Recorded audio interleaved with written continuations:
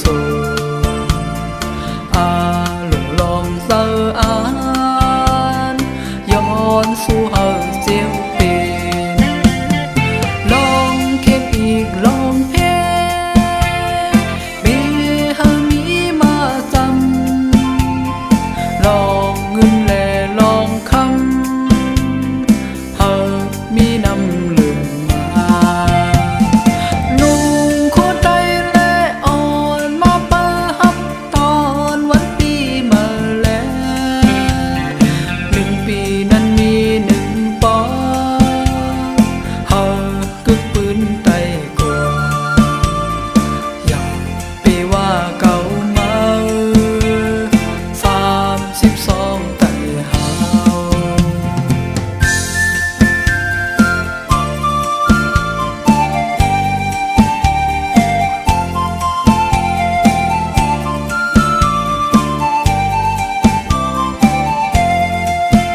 ตื่นเสียงปีเมื่อหนึ่งวันมันลีเสมนเสงเผอก็เปิดมองวันปีเมื่อถึงมาเลย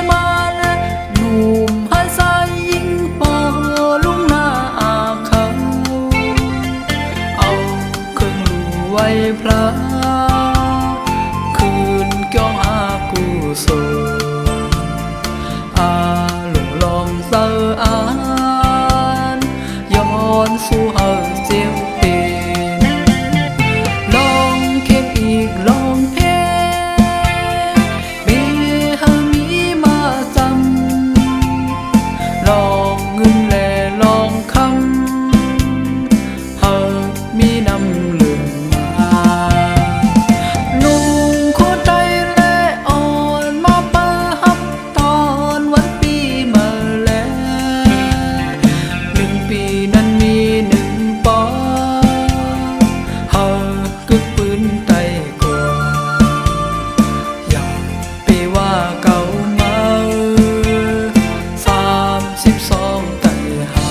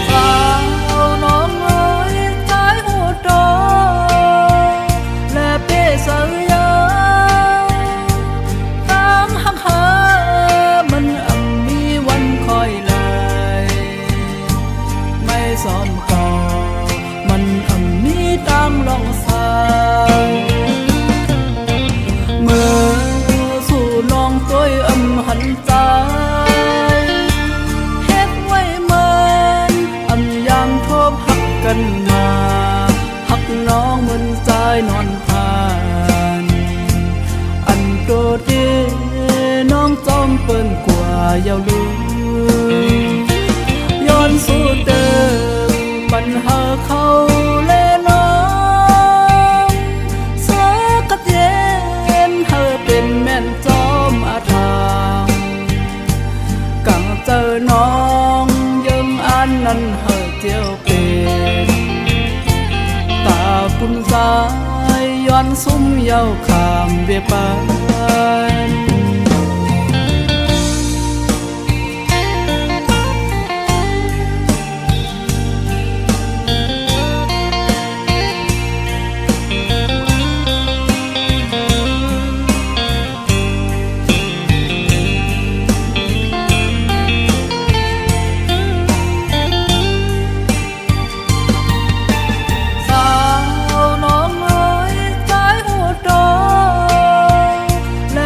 ส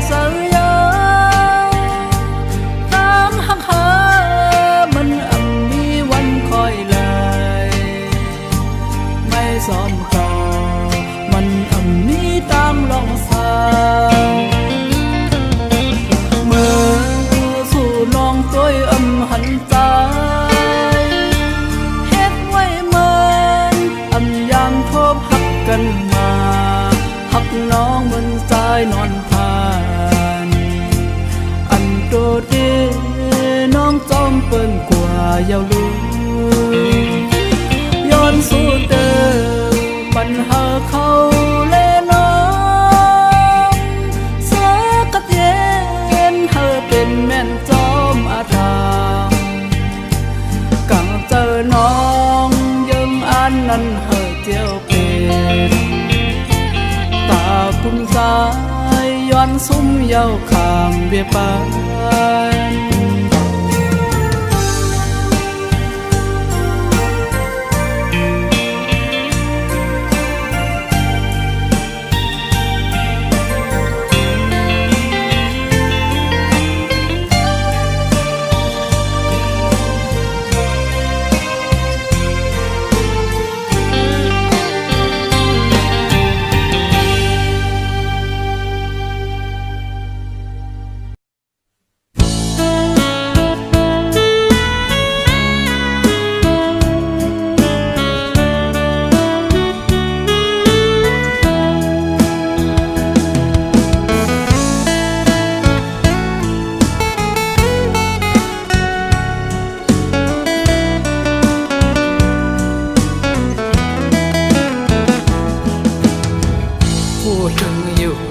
น้องมือมีสู่ก่อนพูดถึงอยู่น้องมาอ่านหักพากล้วยกะเนออกเนอสาตายมาเลยหักน้องเยาวนำเลือลิเมืองและตั้งนำต่างลายใจจังลืมในใจจังลายควังเป็นปีมาอีกหนึ่งยิ่งน้องเอ่ยผู้โตอยู่ว่าวันมือนาเดเลยตกเป็นก็สุมหักในกอตั้งวันละยิ่งน้องเอ่ยใจมาดึงอ่านเปเศร้าสั่งเลยมีวัดไว้จัดวันหลังเตะข้างเป็นก่อสุมหักเตะข้างเป็นก่อตกน้ำตาก็ปีเลยหักมือเยายิ่งน้องเอ่ยโตเลยผัดก็เจอสายมือยานมีไว้อยู่จำสู้ยิ่งน้องกูยานป้าลมลุ่มลายามอันน้องปีกูน้องมาเลยตกน้ำตาสั่งเจอว่าวันหนึ่งน้องมาเลยสุมหักขึ้นไหวปอกมาสู้ใจปีมือนา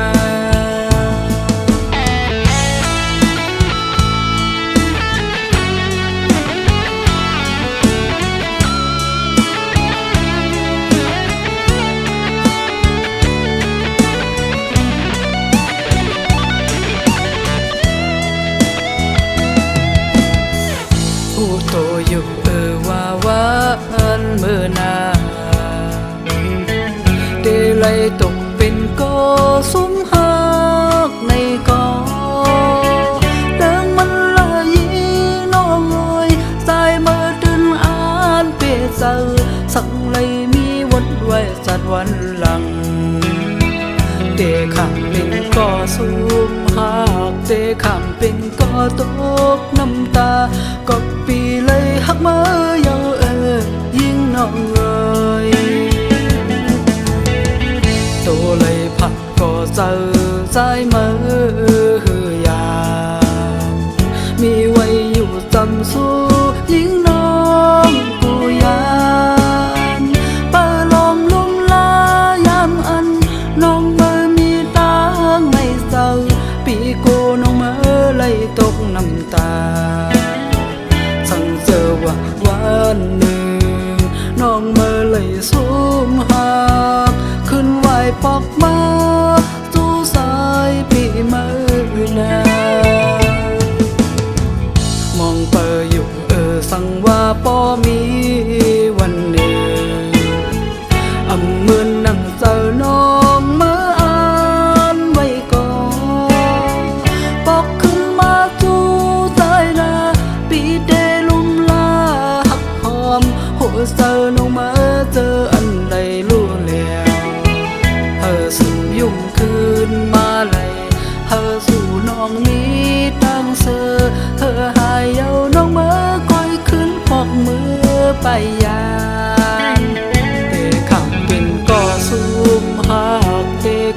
ห็นก็ต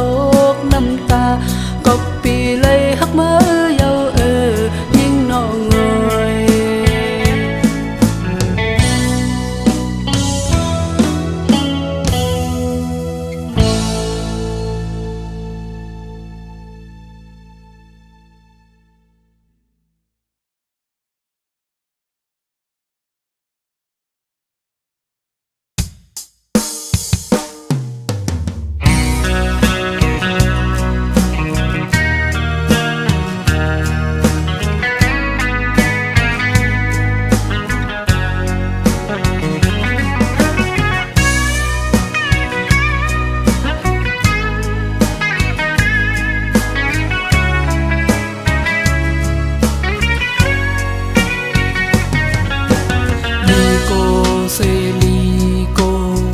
เป็นโหใจ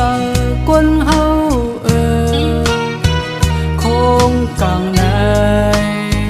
อำไลย้อนสู้ก็ซ้ำไลทบหันยาคนเจอน้ำ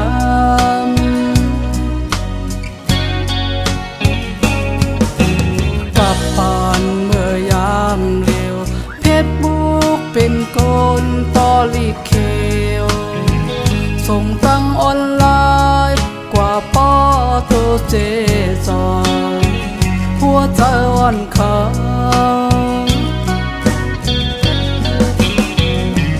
ได้มุ่งมองก็มาถือยาตึงไว้ย้อนสู้หาผลลอดก็ตื่นเวอำไลเป็นกอบวดวันหลังเก่าหือ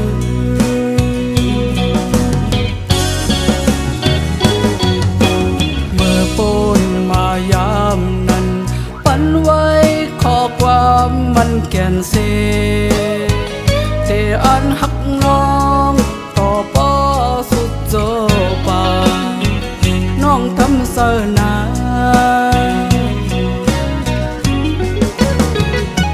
คือสังใจป้อลืมกว่ายาอันลาดปนมาอมีกาคานตาคนเจอน้ำหัวใจหักตื่นมันเกินหนึ่งปอสองปอสามตั้งหักอ่อนสายเหมือนเมื่อแห้งผิวลองจอมลมตืมมันจอมนังความลาดอ่อนสาย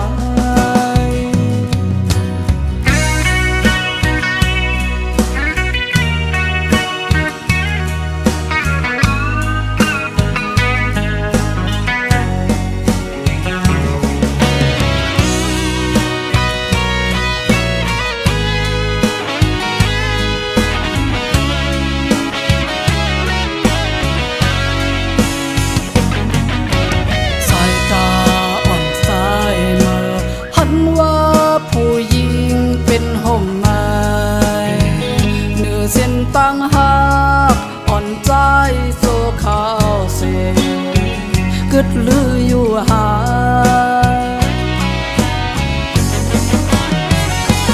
เลยมุ่งมองก็มาถึงยาตึงไว้ย้อนสู้หาผลลอดก็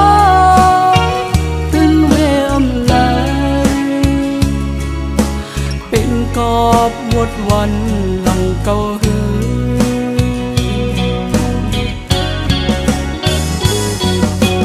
เมื่อปนมายามนั้น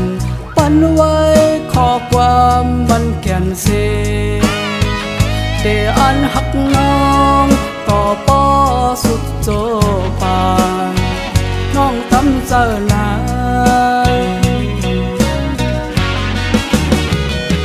หึงสั่งใจป้อลืมกว่ายา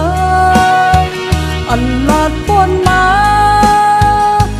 มีกาคานตาคนเจอน้ำหัวใจหักตื่นม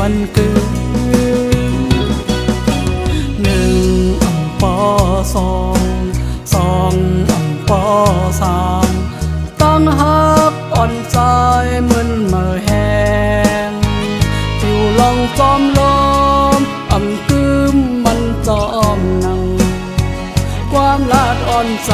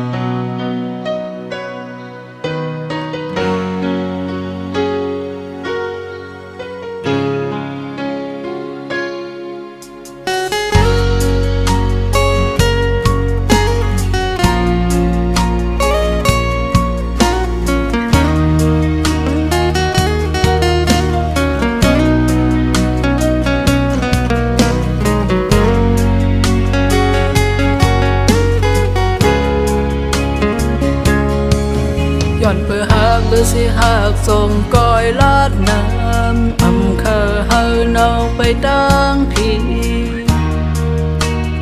จอดปานอ่อนน้องมาเลยดีกว่าทั้งเขาไกล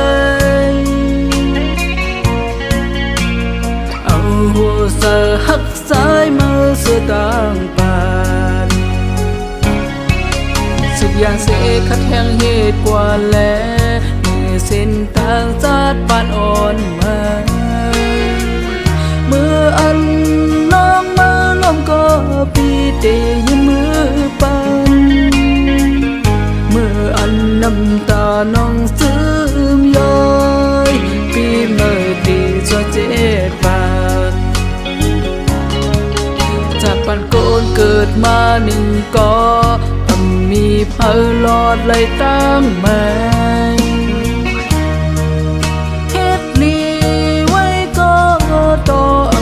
เชเนปันปิ่นก้นนั้นตินเกียาเอาข้อเสคอนี้เปิ้นมาทัดสั่งด้วยตัวสะอ่อนหาขอเลยพี่เด็กก็เอาลูยอน้อมเอาลองดีลองให้มันตื่นมาซ้อมกันจะอำบีลีเตเฮ็ดอีปอนอแดนคือลูกเมียได้สั่งมาน้องแน่ที่อำคาหาเมื่อน้องสงสารปา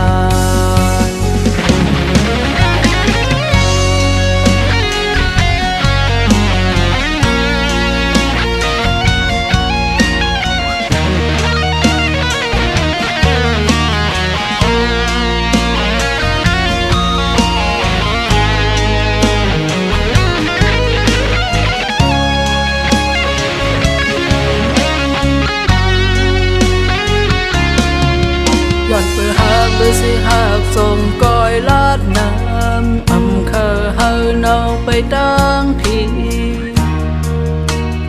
จอดปานอ่อนน้องมาเลยดีกว่าทั้งเขาไกลเอาหัวเสือหักสายมาเสือต่างปานสุดอย่างเสียขัดแห้งเหตุกว่าแล้วเส้นทางจัดปานอ่อนมาเมื่ออันน้องมาล้มก็ปีเตยมือปันเมื่ออันน้ำตาน้องซึมย้อยปีเมื่อตีชัวเจ็ดปานจากปันโกนเกิดมาหนึ่งก็มีเพลลอดเลยตั้งไม้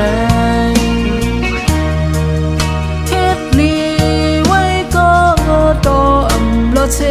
เนปันปิ่นก้นนั้นตินเกียาเอาข้อเสคอนี้เปิ้นมาทัดสั่งด้วยตัวสะอ่อนหาขอเลย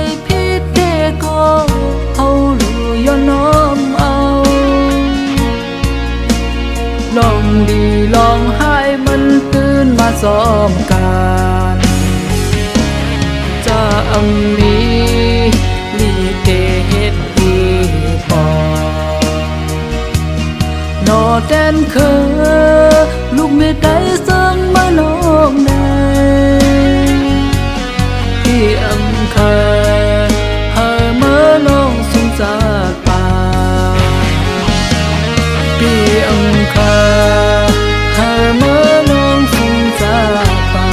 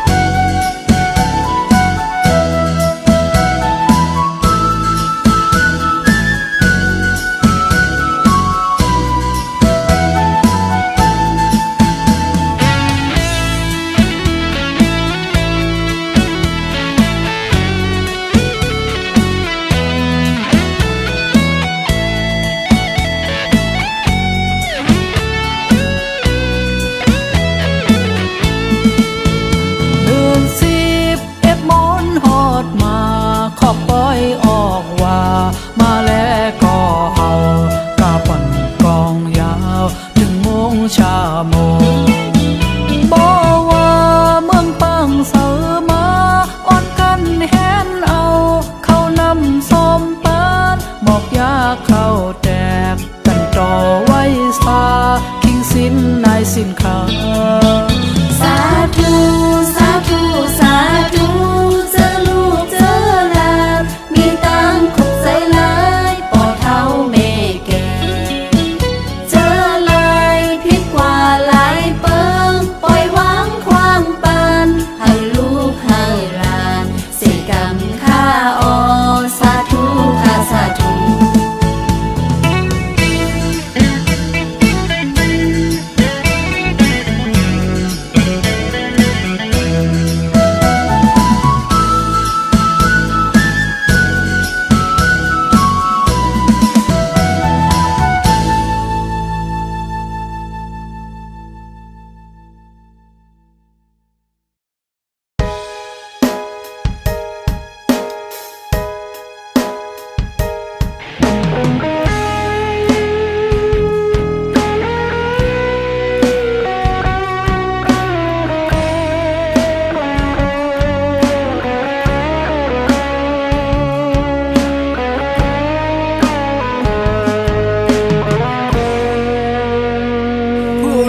คนนี้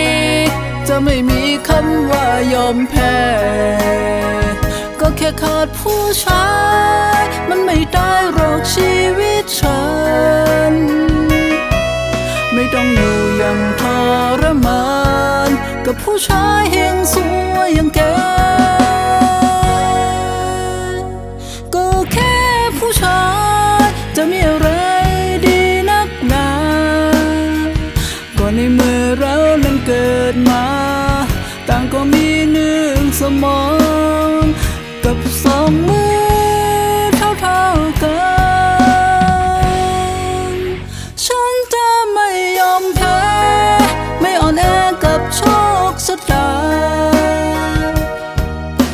ผ่านมาเธอทำให้ฉั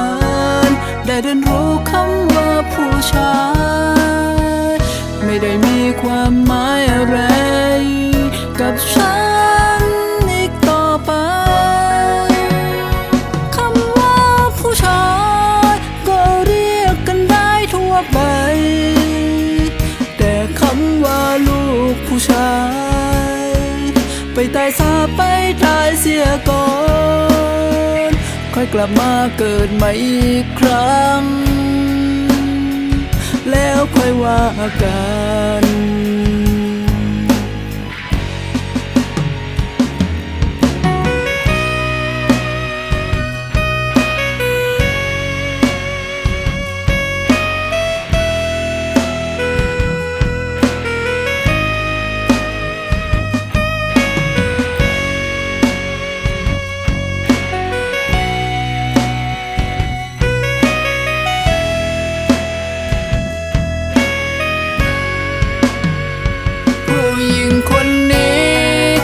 ไม่มีคำว่ายอมแพ้ก็แค่ขาดผู้ชายมันไม่ได้หรอกชีวิตฉันไม่ต้องอยู่อย่างทรมานกับผู้ชายเฮงสวยอย่างแกก็แค่ผู้ชายจะมีอะไรดีนักหนา